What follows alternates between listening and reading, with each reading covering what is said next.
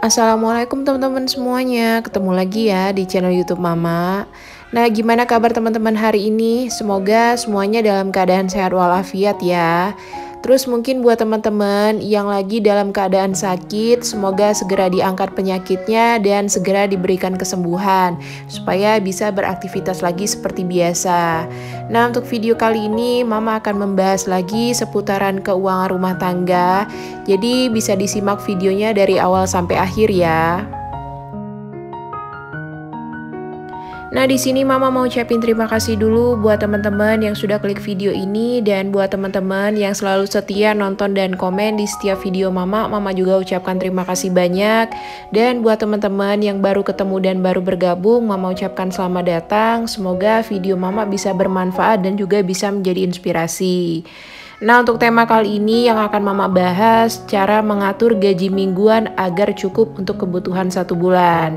Nah, di sini Mama terinspirasi dari salah satu yang komen di video Mama sebelumnya ya, teman-teman. Jadi, untuk si Bunda ini minta tolong dibuatkan anggaran ataupun budgeting dengan gaji mingguan. Jadi, untuk gaji yang diterima itu secara 2 kali dalam waktu 1 bulan.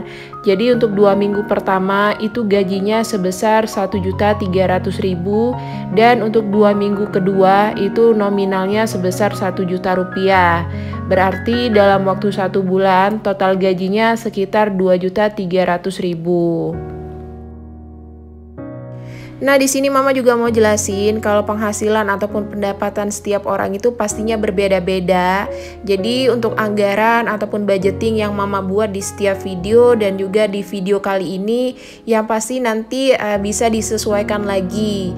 Jadi buat teman-teman ataupun Bunda yang udah DM ataupun yang udah komen yang minta dibuatkan anggaran, jangan terlalu terpaku dengan nominal yang Mama buat.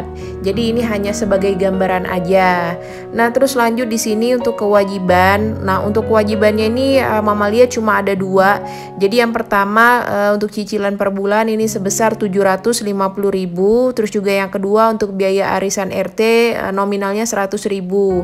Terus Mama juga nggak tahu untuk kewajiban lainnya. Jadi Mama anggap aja untuk tempat tinggal ini udah rumah pribadi ataupun masih tinggal bersama orang tua. Jadi nggak ada budget untuk biaya kontrakan ataupun cicilan rumah. Terus juga untuk biaya air ataupun listrik di sini Mama anggap aja kemungkinan ditanggung dari tempat kerja suami ataupun masih disupport dari orang tua ya teman-teman. Jadi langsung aja di sini Mama juga mau tulis untuk kebutuhan anak selama 1 bulan itu apa. Jadi menurut info dari si Bunda di sini pembelian susu formula anak sebesar 300.000 dalam waktu 1 bulan. Terus juga untuk pembelian popok sekali pakai di sini nanti coba kita atur lagi supaya kebutuhan yang lain juga bisa terpenuhi. Nah, terus di sini karena gaji yang diterima dari suami itu secara mingguan, jadi untuk 2 minggu pertama nominalnya tadi 1.300.000 dan untuk 2 minggu kedua itu nominalnya 1 juta rupiah.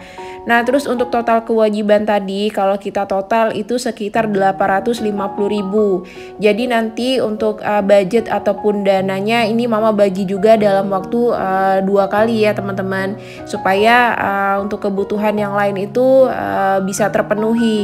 Nah, jadi di sini Mama buat untuk kebutuhan 2 minggu pertama. Ini rinciannya yang pertama ada belanja kebutuhan. Ini bisa dipakai untuk beli sampo, sabun, deterjen, terus juga bisa dipakai untuk beli minyak. Ini Mama buat aja budgetnya sekitar 100.000. Terus juga untuk belanja sayur di sini Mama buat aja per minggunya sekitar 125.000. Berarti untuk budget selama 2 minggu itu nominalnya 250.000. Terus untuk pembelian gas 3 kilo Mama buat aja harganya 25.000. Terus juga untuk pembelian beras di sini Mama buat aja dalam waktu 1 bulan itu 10 kilo harganya 100.000. Dan untuk pembelian popok ataupun pampers sekali pakai di sini 50.000. Ini untuk 2 minggu ya teman-teman. Terus juga untuk susu anak di sini Mama bagi juga per 2 minggu.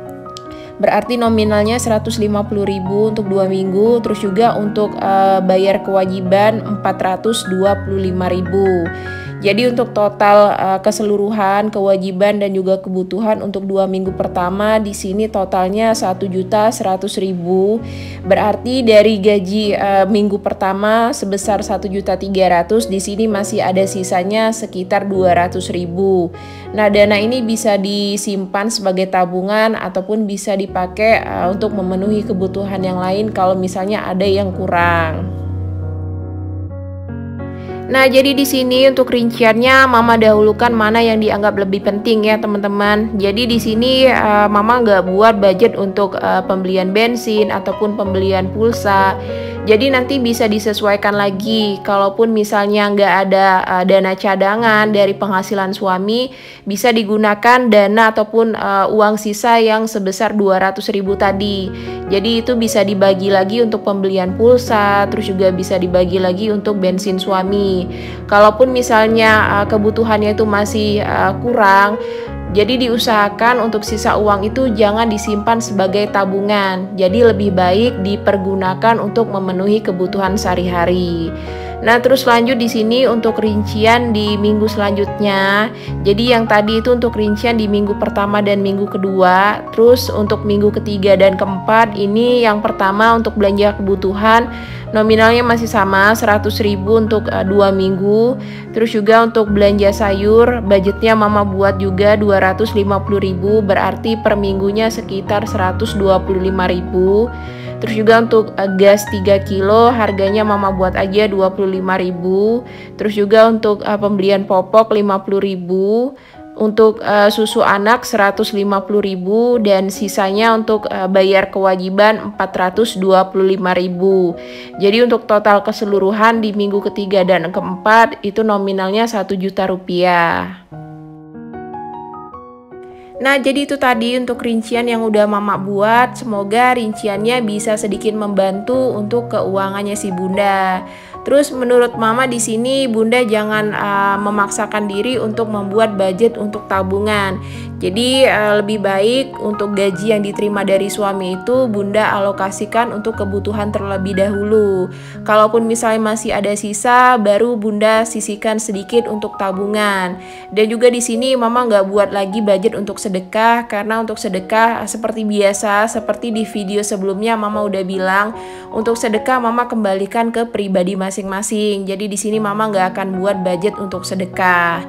Nah, terus juga di sini untuk biaya listrik dan air tadi udah Mama jelasin di awal, kita anggap aja itu dibayar dari tempat kerja suami ataupun si Bunda ini masih tinggal bersama keluarga ataupun orang tuanya. Jadi nggak ada budget untuk biaya rumah ataupun pembayaran listrik ya teman-teman.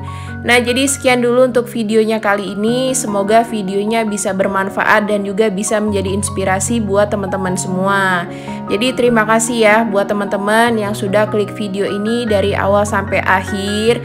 Ketemu lagi ya di video selanjutnya dan juga di video tentang keuangan lainnya. Assalamualaikum, bye-bye.